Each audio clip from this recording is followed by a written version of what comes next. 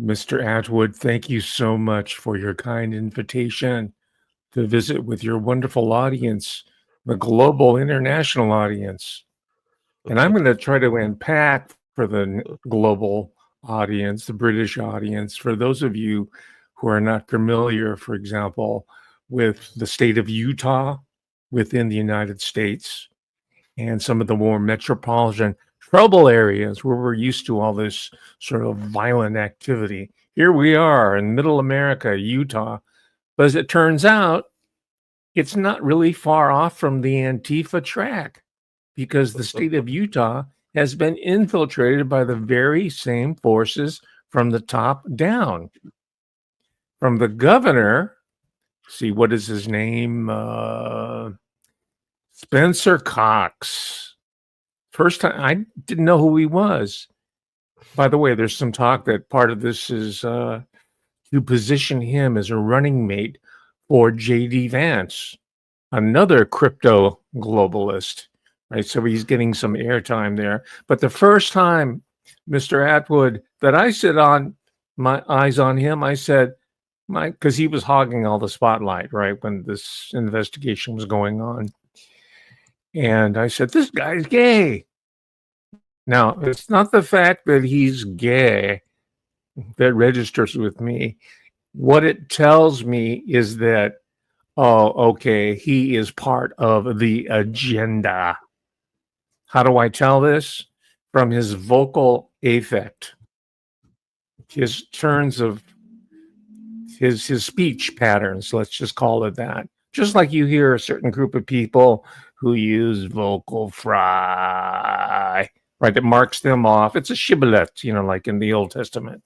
So that's their coded term saying, hey, man, I'm one of you. And he doesn't have to be closeted about it. So what is the empirical evidence to show that he is one, this guy Cox, is one of them, the globalists, the Soros tribe? And I'm just using Soros to encompass a whole constellation of people with interests that are contrary to those of the United States of America and to all sovereign nations around the world. Globalists, in other words. How do I know this? Well, he's the guy that's governor of the state who's most aggressively been imposing what is now called diversity, equality, and inclusion through the whole state government, its education institutions, public institutions, and any taxpayer-supported institutions. And this includes law enforcement, the fire department. We've seen the same pattern in California because we have our governor, the closeted Gavin Newsom, right? So they're cut out of the same cloth. They have the same handlers. And I think this is an important point of entry. And I have some other pieces of information that need to be really put on the table here. This needs to be put on the table because a lot of people, even within the United States of America, who have vacationed in the beautiful natural splendor of Idaho with its running streams and its old forests and its rolling mountains. Did you ever get to go to Utah when you were living? Because you were living in the rough region, the Mountain West, right? In Arizona, I right? never made it to Utah. The closest I got to Utah is watching American Primeval, where they've got the leader, the evil leader. Have you watched it? Well, no, I haven't, but it has that mythos. Yeah, I mean, these are like mountain men, right? They're men of nature. And by the way, part of it is true because there is a lot of quote unquote retired special forces types, Delta Force type people who live in the area. So they have a pool of individuals to draw from who are mercenaries. They're equivalent to, if you're in Britain, to SAS. In fact, that's who they pattern their whole organizational system and their philosophy after SAS, British SAS. And you also have a lot of retired cops, a lot of retired sheriffs from places like San Francisco, Los Angeles. So you have all these cosmopolitan globalist influences in this little idyllic pristine state with moose running around and trout jumping out of the streams and people canoeing peaceably down the river and camping, right? But it's in truth a globalist outpost. So if they can succeed in capturing the state of Utah, that'll be their foothold for the great middle American heartland that they want to take down. They need to take that, they meaning the globalists need to take down as part of the larger process of the one world government, the new world order, as it's been called. Because, you know, New York City, San Francisco, Oakland, Los Angeles, Chicago, that's easy pickings, right? There's lots of minorities there. There's a lot of disgruntled, highly educated, disaffected intellectuals who may not be paying attention, but they're just for revolution in general. They're into discord, if I can borrow the trademark of one of the communications platforms that were used by these game heads, these 20-something game heads, which have now we're seeing they have been successfully incorporated into this techno-anarchist system of takedown, right? There's so much here that's instructive to us. And if we look at it closely and beyond the megaphone, right? I call them the pop-up pundits and the so-called forensics experts, all the ex-cops who show us, oh, you can't do that with a bolt action rifle. Oh, that's the wrong caliber. You know, that's important, but it's really a distraction. And worst of all, by the way, are these female, and I hate to sound sexist, but they're all women because they're in love with killers, because killers are the only ones with balls left in human civilization anymore. They love con men, they love crooks, they love Kanye West, they love P Diddy, because at least they're not castrated, the big ballers, but they're big fans of people like Luigi Mangione. And I'm sure this guy, even though he's identifies as trans, is going to have a whole trans hybristophilic group of worshipers, right? So distrust people. I'll name them. Catherine Ramsland. She was the professor that recommended Brian C. Koberger for the doctoral program at Washington State University so he can become a serial killer professor. How's that? That's like right up that could be Scream 6. Yeah, you familiar with the Scream series? Scream, the franchise directed by Wes Craven. By the way, I'll be you'll want to subscribe to my channel because I'll be doing a full workup on the Scream generation, the generational trauma of these slasher, stab, bloodletting, gore movies that I think probably influenced a lot of these campus killers. Didn't Ted Bundy have an affinity for Utah? He did.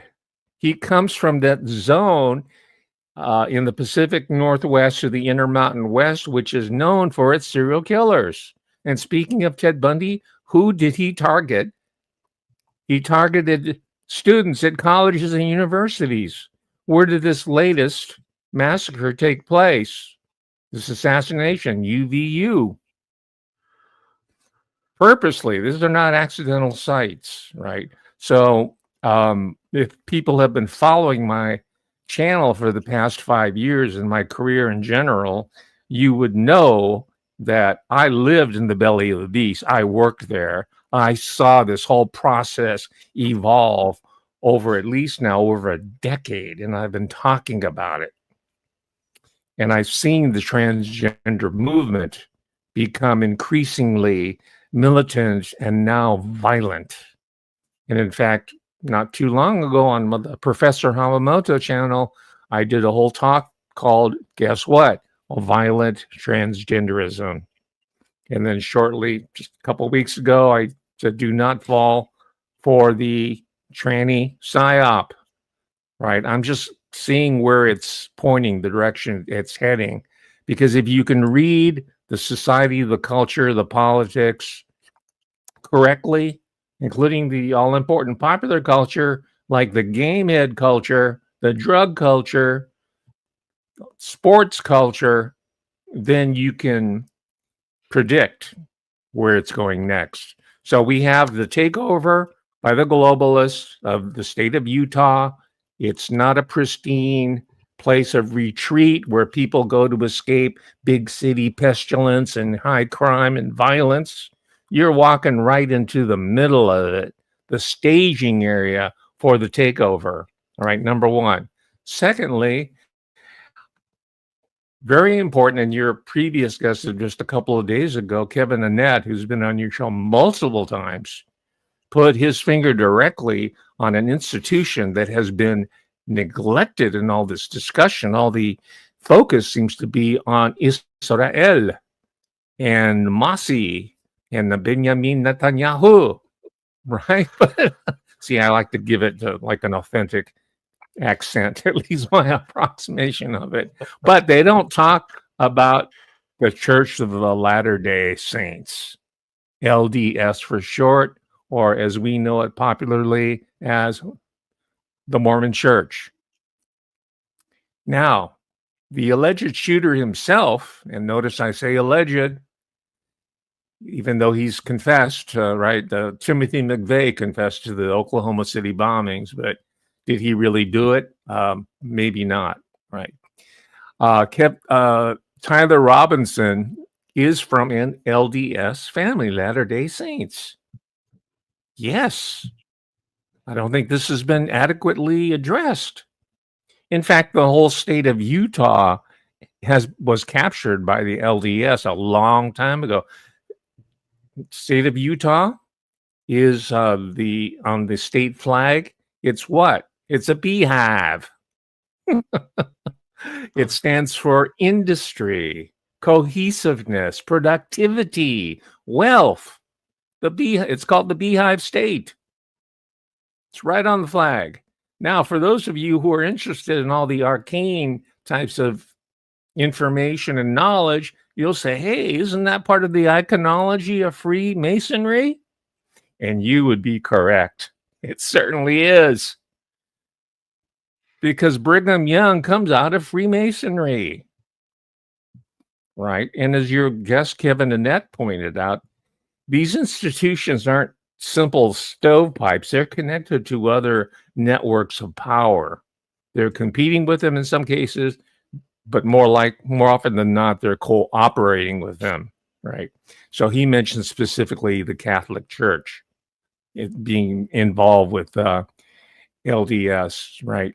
And there's also secular institutions. This is why the LDS connection is so important. There's a lot of secular law enforcement institutions that are embedded within or implicated with the LDS, namely Kash Patel's organization, the Federal Bureau of Investigation, FBI, going back to the days of J. Edgar Hoover, actively recruited people from the LDS. He trusted them. Is that Joseph Smith? No, that's Brigham. Oh, Brigham Young. Okay. By the way, the whole spy system, from what I read, was put in place so that they can monitor themselves and the larger community for informants, because they were committing a crime with bigamy, plural marriages. Right. Eventually, the church itself changed their policy, but they had multiple wives. They had group marriages.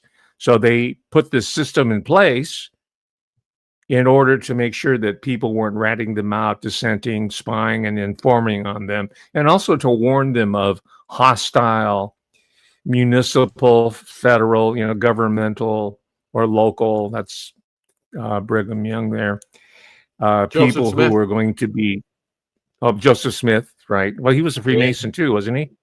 Yeah. Okay. I think so. So, yes. So the spy system was set up in order for their own self-survival. And later on, it became autonomous. And the point I'm making here is that system never went away. It's more refined than ever. And I wouldn't be surprised if that spy system is integrally related to what went down in Orem, Utah on September 10th, 2025. Joseph Smith was initiated into the Nauvoo Masonic Lodge in March 1842 and later incorporated elements and symbols from Masonic rituals into the Latter-day Saint Endowment, which he inaugurated in May 1942. This association was common for the time and place, as Freemasonry was a popular social and fraternal organization, and many members of the church also joined the Nauvoo Lodge. Yes, this is not conspiracy theory. It's part of the history. It's the history that's been sort of pushed into the background as the Church of Latter-day Saints itself wanted to obscure its unseemly connections to these institutions. But for those of us who have historical memory and documents and books and pamphlets, such as this one here, which I can recommend, we can find out all the details of this history. This one is called Mormon Spies and Hughes, as in Howard Hughes, because he was done in by the quote-unquote Mormon Mafia. So this is called Mormon Spies, Hughes, and the CIA by a husband and wife team, Gerald and Sandra Tanner. I looked it up for your viewers. They have some interviews, or at least Sandra Tanner has some interviews on YouTube if you want to check it out. However, this book, this pamphlet, which is chock full of information, it was published by their own book. They had a mom and pop bookstore attached to their house in Salt Lake City, which is the capital of LDS activity. And I've been there. I visited the Tabernacle. But this was published way back in 1976. But since that time, the Mormon Church has been very successful in rewriting its own history and mainstreaming itself, I guess this is the best way to put it. Now, there's a lot of information. By the way, this book is no longer available on jeffbezos.com. So whenever I hold these books up, go there and snatch it, because it might disappear. I see now it's selling used for $50. It's a thin little, it's all Xeroxed and stapled together, right? This is the type of information you need, because the other books are as good as they are. They're published by globalist entities that are rewriting the history as we're reading it. And another collector's item is this one called Organized Crime Behind Nixon. And it goes into all what we know about the mafia, Florida, New York, to California and Chicago. We know that part. But omitted here, I don't think the editor knew about it, was the pivotal role of the Mormon Mafia in the Richard Nixon administration and takedown. So all the information is here. This is published in 1975 by a character who deserves a biography in his own right. His name's Art Kunken. He founded and edited the famed Los Angeles Free Press in the 60s. There were all these underground papers. I think in London had a flowering of underground newspapers that covered music, culture, politics, especially radical politics. Barry Miles, the great author, the British author, I don't know if you're familiar with him. He's written about Pink Floyd, the London music scene, the Beatles. You know, he ran the Indica bookstore. He was one of the co-founders, I believe. He had an underground press, an underground publisher, and that's like Art Kunken. And these later were put out of business by intelligence agencies, or they were bought out by corporations. So what we see now is indie press has already been brought into the fold, just like a lot of these people who are showing up on YouTube, especially the younger generation of spokespersons for conservatism, are controlled. And I hate to tell you this, not you specifically, Mr. Atwood, but some of the people who are mourning his loss, as I do, is that would include Charlie Kirk. They said he took, Candace said he took big time money from BB and they wanted him to say certain things and be a Judeo-Christian. Yes, he put in the Judeo part of the Christian, even though theologically that's questionable. Anyway, that's another discussion. Yeah, he was receiving AIPAC money. He was going off the kibbutz, or we say it in America, he was trying to get off the reservation, like the Indian reservation or the plantation. But since we're talking about Israel, I say he was trying to leave the kibbutz. Get it? No, but the point is that I think there were forces that said, no, you have to obey the party line, and if you don't, let us show you a strip of film by one of our assets. His name is Abraham Zapruder. He's the guy. He's the guy we had positioned right there to make sure that people can talk about the dancing Israelis in the future. So, and Charlie Kirk was smart enough to know what he was being told. So, if you remember the pivotal scene in Godfather 1, the original Godfather, right, where Don Corleone is saying, we're going to give you an offer, or give him an offer he can't refuse. Charlie Kirk was given an offer he can't refuse. He refused it. But he didn't wake up with a severed horse head in his bed. His own head was nearly taken off himself in front of thousands of people, millions now, seeing it on video. So let's just answer Susan. Susan is confused. Are we saying he was beginning to sell out? Susan, the impression I get of Charlie Kirk from looking at the videos that Candace has posted, he was a naive, innocent, ambitious young man in his 20s, and he was indoctrinated and incorporated certain value system, and then over time, during that process, he also took a lot of money from people who believed they could use him, let's say. But then over time, because Candace, woke up a lot earlier, he was coming around as well. And the people who'd given him money were starting to pull the money because he wasn't complying with the requirements to have the money. He'd done a deal with the devil, basically. So he wasn't selling out. He'd awakened, let's say. Is that an accurate? Yeah, I agree wholeheartedly with that characterization. There was a whole generation of, I call them the young punks, because I'm being real here. I thought Charlie Kirk, when he first came out, was a punk. He was a really smart mouth, fast talking punk. So was Tucker Carlson. I remember when he used to wear a little bow tie. So this guy's a punk. Where did he come from? How the hell does he get off spouting this and that and the other? But there was a whole generation of young punks, American punks. It was inspired, but the proof of concept was when Milo Yiannopoulos was imported to America and went around from campus to campus rabble-rousing. And then there were some coins that dropped in these planners' heads. Hey, we can do that. We can create our own Milo Yiannopoulos. So they put him off of the stage, right? And we haven't heard from him since. So they brought forward Charlie Kirk, Nick Fuentes, who's still a punk, I think, and Candace Owens, who's also a punk, and Tim Pool, who's a punk in a beanie. I call him Beanie Man. He's a punk. Ben Shapiro's a punk. They're all punks. All right. Now, do they share similar values to mine? Yes, they are, but they're controlled, right? And to the extent that they toe the party line, they're going to be allowed to spout out whatever they say. But I agree with you that Charlie Kirk was beginning to follow his own conscience.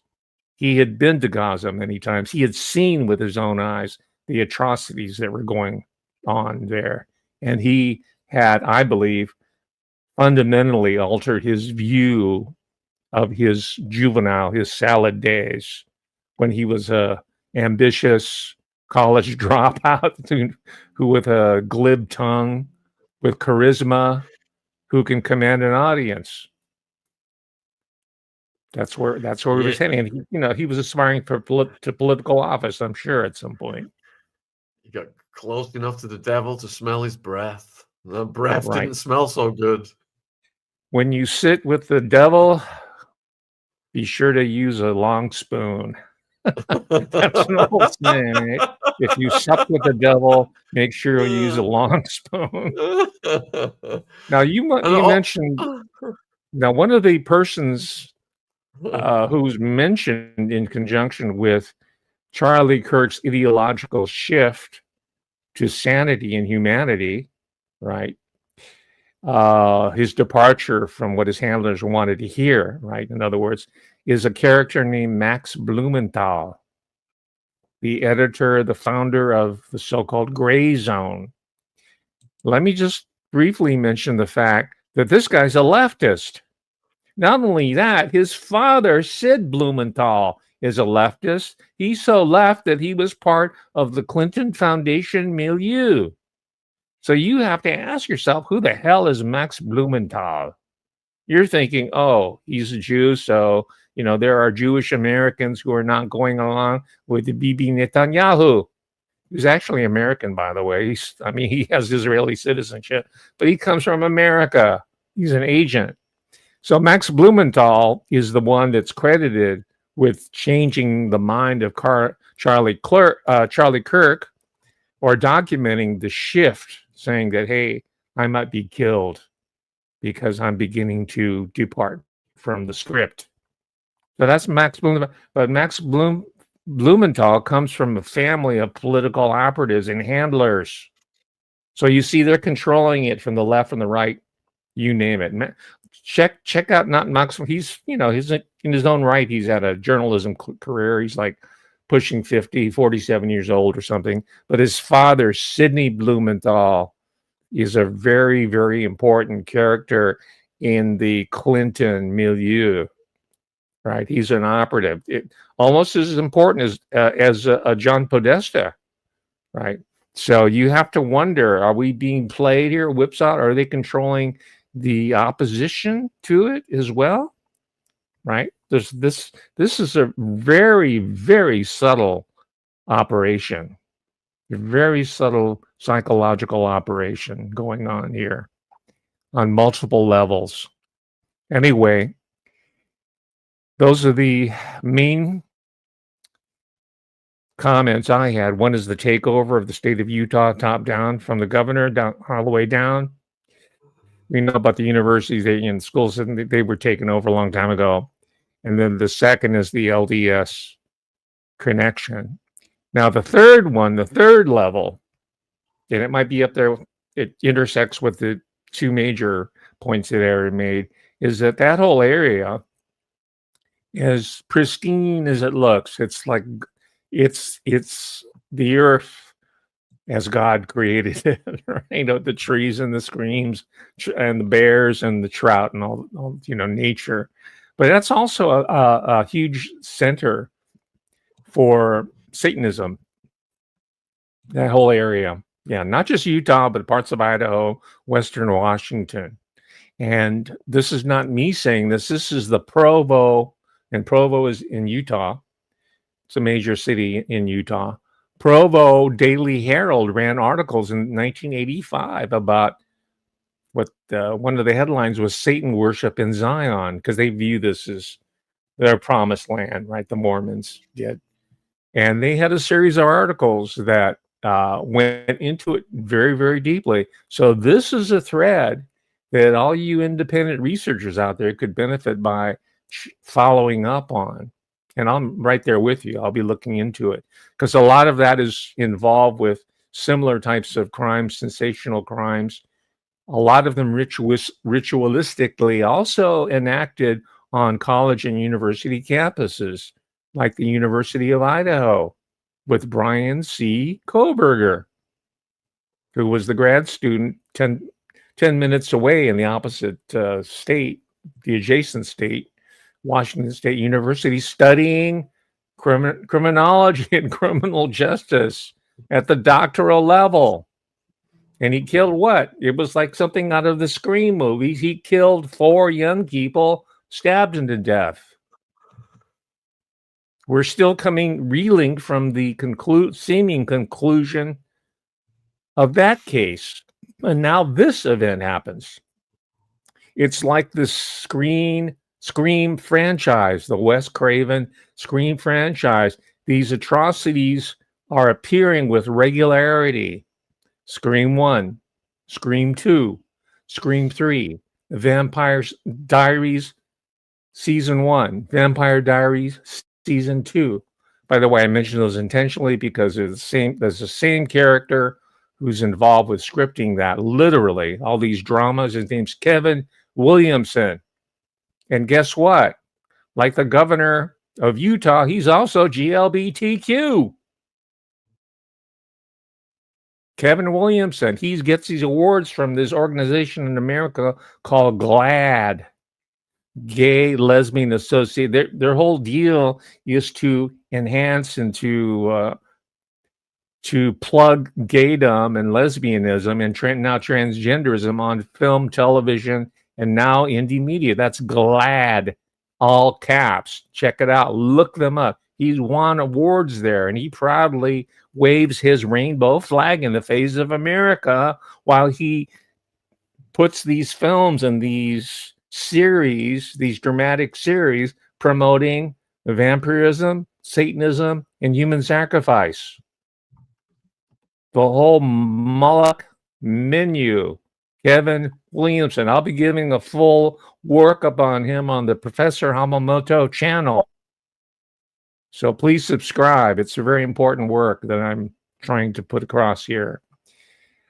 And now I think I have the perspective. Unfortunately, I had to watch and I haven't finished it. I'm watching all the Scream sequels. Stars David Arquette, Courtney Cox. Remember Friends? The sitcom Friends? Utter drivel, with Jennifer Aniston on all those. She was one of the friends. And then she took a different turn. And I'll be going through the Vampire Diaries.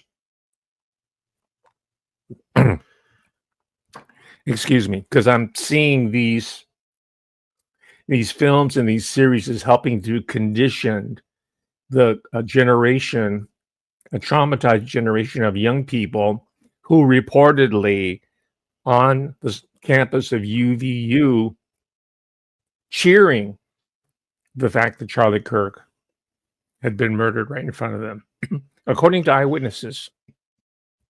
All right, we've got 2,000 watching live right now, so please subscribe to the Professor's YouTube channel. He's got over 61k subs right now. I put the link in the live chat. The link is in the description box as well. His Facebook link is in there as well if you want to reach out. And, you've given excellent macro picture of the vested interests and the influences upon campus. But we've had some questions come in on the micro level. For example, zooming in on the relationship between Tyler and his trans roommate. Have you looked at any of the messages between them? Or have you drawn any conclusions about any of that? I did, and it looks like something that was written by 40-year-old hairy-backed heterosexual FBI agents to each other to simulate the dialogue of 22-year-old trans people. I don't see that type of dialogue going on. If you've interacted with Gen Z type people, they don't communicate like that. They just stare at each other. Or they'll stare at you, especially if you're a geezer like me. You go up to a store to them or a coffee shop and they don't say anything. Maybe they communicate just on DM. So I think that it sounds very suspicious to me. There's a Breaking Bad-esque theory, like Walter White laid things out in a way that would make Jesse look innocent, that these messages had been written in a way to make the roommate look innocent. Do you think there's anything to that? That could be, but the timeline wouldn't match unless they went back and electronically altered it. It looks like he was out of the picture they were lovers. They shared some intimacies apparently, but I don't think he, from what I could tell, whoever he was part of the planning. But beyond that pair, I think there were other individuals involved with the overall conspiracy, and that will be and there are revealed. reports of a lot of cars visiting the property in the weeks running up to this. That's from the family, because the property was owned by the family, and these cars were causing problems on the street. They were having a lot of visitors. And I also read one report where rather than running into the woods, which is not actually woods, where he was supposedly hiding the rifle, and some people say that rifle was put there. It was already there. He didn't leave it there. That he was cited being picked up by an automobile and driven away from the site after he left the building, the Losee building. By the way, Losee, the family, Losee. On a hunch, I looked up who Losee was, the namesake for the building and other buildings on the UVU campus. Guess what? He was LDS. He was an LDS elder. So the LDS fingerprints are all over the place. You got quite a few people asking about his wife's speech. Wow. She's pretty articulate for someone in the midst of such a incredible tragedy. I hate this I don't mean this disrespectfully, but I wonder if that was her. We've heard of crisis actors, right? We're familiar with the concept, but there are also post-crisis actors. And she's, from what I was told, had body doubles, which makes sense if you're a public figure and people are death threatening you all the time. Charlie Kirk had body doubles. So most people would not be able to stand up there after their husband had been shot and deliver such a articulate, passionate message. That's just an opinion, though. What's your take on the FBI director? Why is he so bizarre? Why did they say Valhalla at the end of the media meeting? Good questions. I think he's a gamehead, like all the young men of his generation. They grew up watching third-person, single-shooter, role-playing, fantasy, live-action role-play. Well, he's of that generation. I'm sure he played hundreds and hundreds of hours when he was going to college. But there's another reason why his expression looks kind of off. I understand he has a glass eye. He has an artificial eye or some kind of eye injury that makes it not register as being real, or he looks startled or dumbstruck, let's say. So far as his ability is concerned, I think this harkens back to my early observation. So far as his own, we're talking about Kash Patel, about his own